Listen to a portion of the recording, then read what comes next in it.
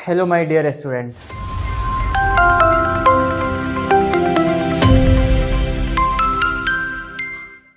Breaking news for 12th class.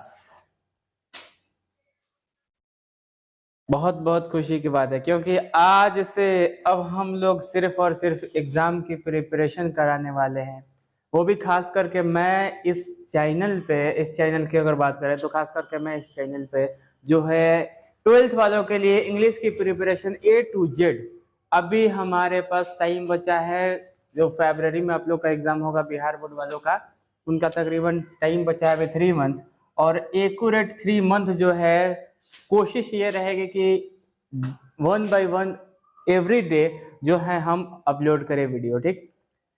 और पूरा आपका 100 मार्क्स तैयारी करवाने की गारंटी जो है वो हम लेते हैं, वो रिस्पॉन्सिबिलिटी जो है हम लेते हैं।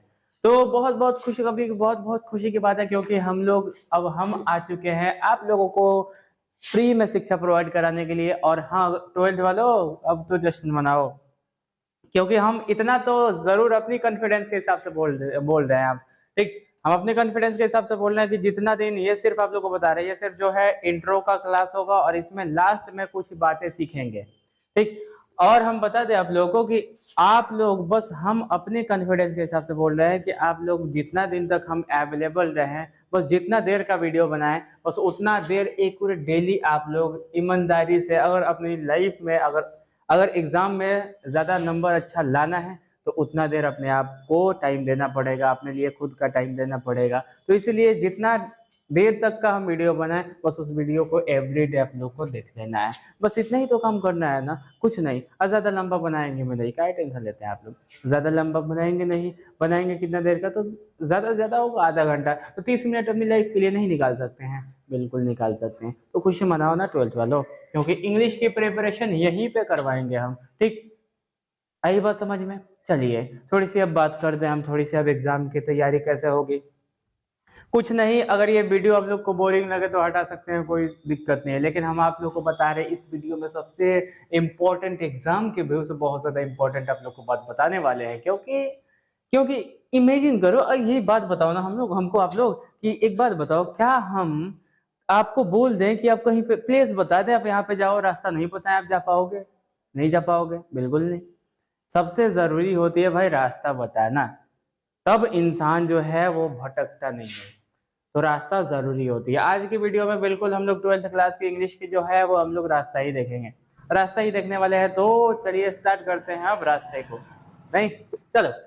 अब हम बता रहे हैं कि हमारे पास टाइम जो बचा है वो बचा 3 मंथ, और इसी 3 मंथ में हम लोग को लाना क्या है, तो 100 नंबर्स लाना है। बहुत आसान है, बहुत सिंपल, बहुत इजी। चलो हम तुम लोग को 1 मंथ में 100 में 100 तैयारी करवाने की गारंटी हम देते हैं, और तुम लोग को लोग बहुत फेक नहीं रहे भाई, अपना कॉन्फिडेंस बता रहे हैं, अपना कॉन्फिडेंस। हम खुद पे बहुत ज्यादा भरोसा करते हैं, आप लोगों को खुद पे होगा चाहे नहीं होगा, उससे हमको नहीं मतलब, ठीक है।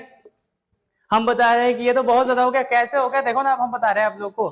चलिए अब हम बता रहे हैं, अब ईमानदारी से बता दो तुम लोग कि अरे यार बिहार बोर्ड वालों, बताओ ईमानदारी से कि क्या अब तो हमको 100 नंबर लाना है, ठीक है। अब चलिए, अब ठीक है, अब चलो, अब 100 नंबर लाना। अब हम ये पूछना चाहते हैं कि भाई एग्जाम पेपर पूछ कितना नंबर का रहा है, तुम ही बता दो ईमानदारी से, पूछ कितना नंबर का रहा है। तो अब बताओ ना यार, इतना नंबर का क्या पूछ रहा है, 200 नंबर का पूछ रहा है ना, 100 नंबर का बनाना है ना।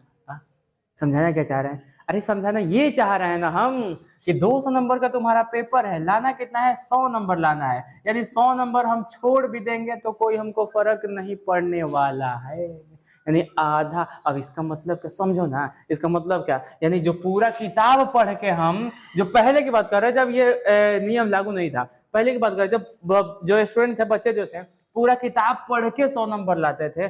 अब बताओ, किताबों तो वही है, बुक्स तो चेंज नहीं हुआ ना, सिलेबस तो नहीं बढ़ा है ना, बस क्वेश्चंस बढ़ गए हैं। अब क्वेश्चंस आएंगे कहाँ से, तो उसी बुक में से, उस सिलेबस में से आएंगे।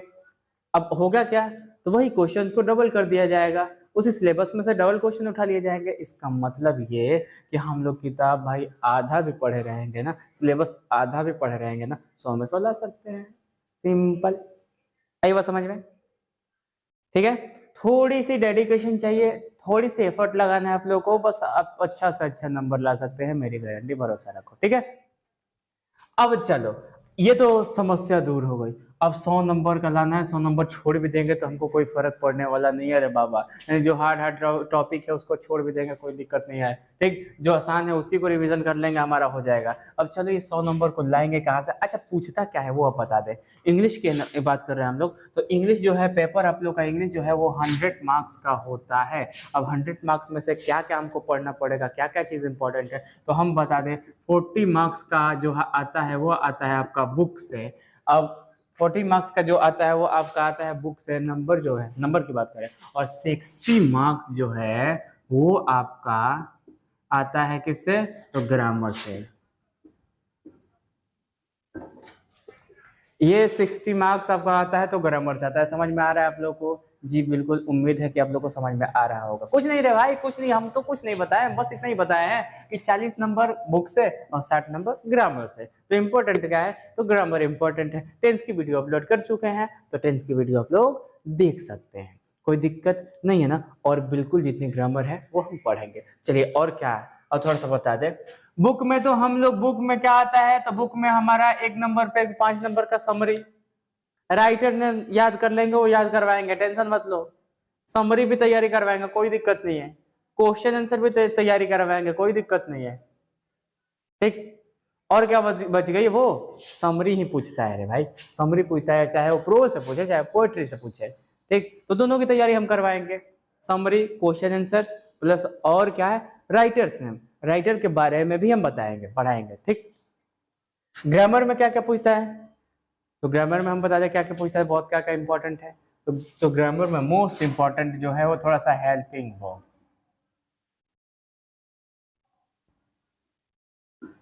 हेल्पिंग वर्ब जिसको मॉडर्न वर्ब भी बोलते हैं।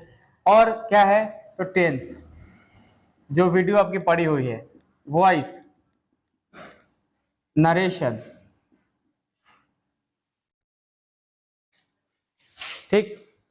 और भी बहुत ज्यादा टॉपिक है, तकरीबन 20-22 टॉपिक होगा जो आपको तैयारी कराए। जैसे पार्ट्स ऑफ स्पीच भी, पार्ट्स ऑफ स्पीच जानना जरूरी है एक्चुअली। बुक में एक्चुअली वो सॉरी, एक्चुअली पूछता नहीं है, जो आपका टेस्ट होगा या फिर सॉरी एग्जाम होगा, एग्जाम में पूछेगा नहीं। लेकिन क्या क्या आपका interchange of sentence, remove too, transformation of sentence, preposition, और क्या, tense, narration, voice, helping verb, subject verb agreement, वो भी पूछता है, ठीक। इस तरीके से और भी ग्रामर्स के टॉपिक्स हैं जो आप लोग के एग्जाम में पूछे जाते हैं, वो सबकी तैयारी करवाने की जिम्मेदारी मेरी है। यहाँ तक तो बात आ रही है समझ में ना। चलिए और थोड़ी सी आगे बात को बढ़ाते हैं। अब हम बोले हैं ना, बस इस तरीके से हम लोग तैयारी करें, कुछ काम, कुछ ज़्यादा हमको प्रेशर नहीं देना है। एवरी डे आप लोग 30 मिनट, बस इतना ही, बस इतना ही बताएंगे। अब थोड़ा सा चलते हैं, थोड़ा सा अब कुछ सीखते हैं, ठीक है। चलिए,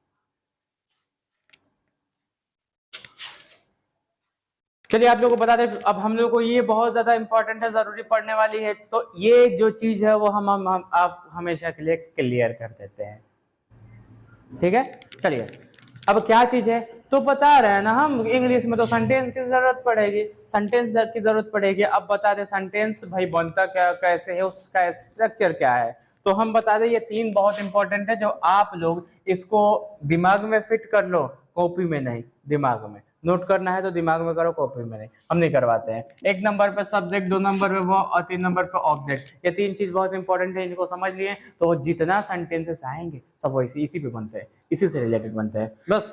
अब कोई भी कंप्लीट सेंटेंस होने के लिए हमारे पास 3 चीज होना चाहिए, क्या क्या, तो पहला सब्जेक्ट हो, दूसरा वर्ब हो, तो तीसरा ऑब्जेक्ट हो। अगर तीनों में से कोई एक नहीं है तो इसका मतलब वो कंप्लीट सेंटेंस नहीं है। आया समझ में? नहीं आया?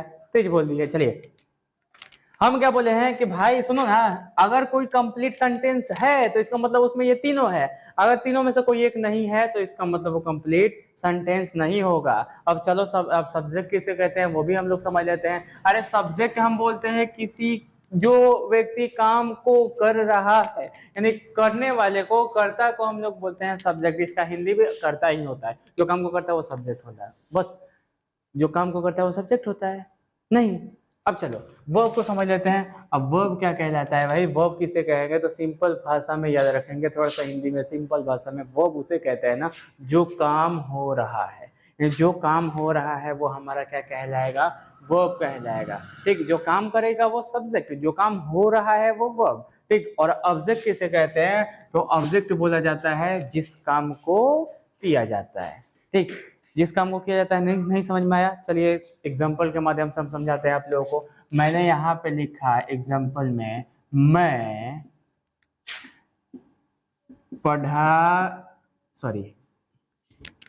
मैं अंग्रेजी पढ़ा रहा हूँ। मैंने सेंटेंस लिखा, मैं अंग्रेजी पढ़ा रहा हूँ। अब बताओ, मैंने बोला सब्जेक्ट किसे कहते हैं भाई? तो सब्जेक्ट बोलते हैं हम लोग जो काम को करता है। अब ये वाला सेंटेंस पढ़ो। अब सेंटेंस पढ़ के बताओ तो, मैं अंग्रेजी पढ़ा रहा हूँ, ये पढ़ाने का काम कौन कर रहा है?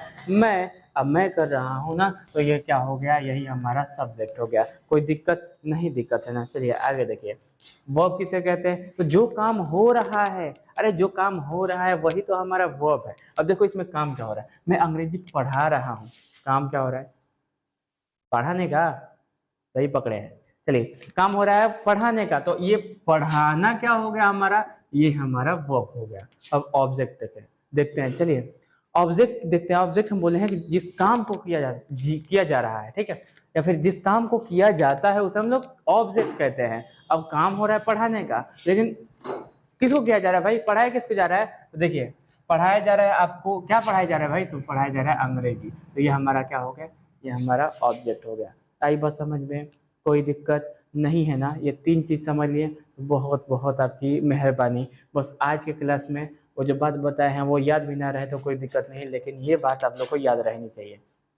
सब्जेक्ट, वर्ब, ऑब्जेक्ट, अगर ये 3 चीज़ जान गए तो सेंटेंस में बेड़ा पार है। ठीक, बहुत बहुत शुक्रिया। मिलते हैं कल से मज़ेदार वीडियो के साथ, और आप लोगों को तैयारी करवाएंगे एकदम जम कर। उम्मीद है कि आप लोग हम लोग की मेहनत का फल भी देंगे।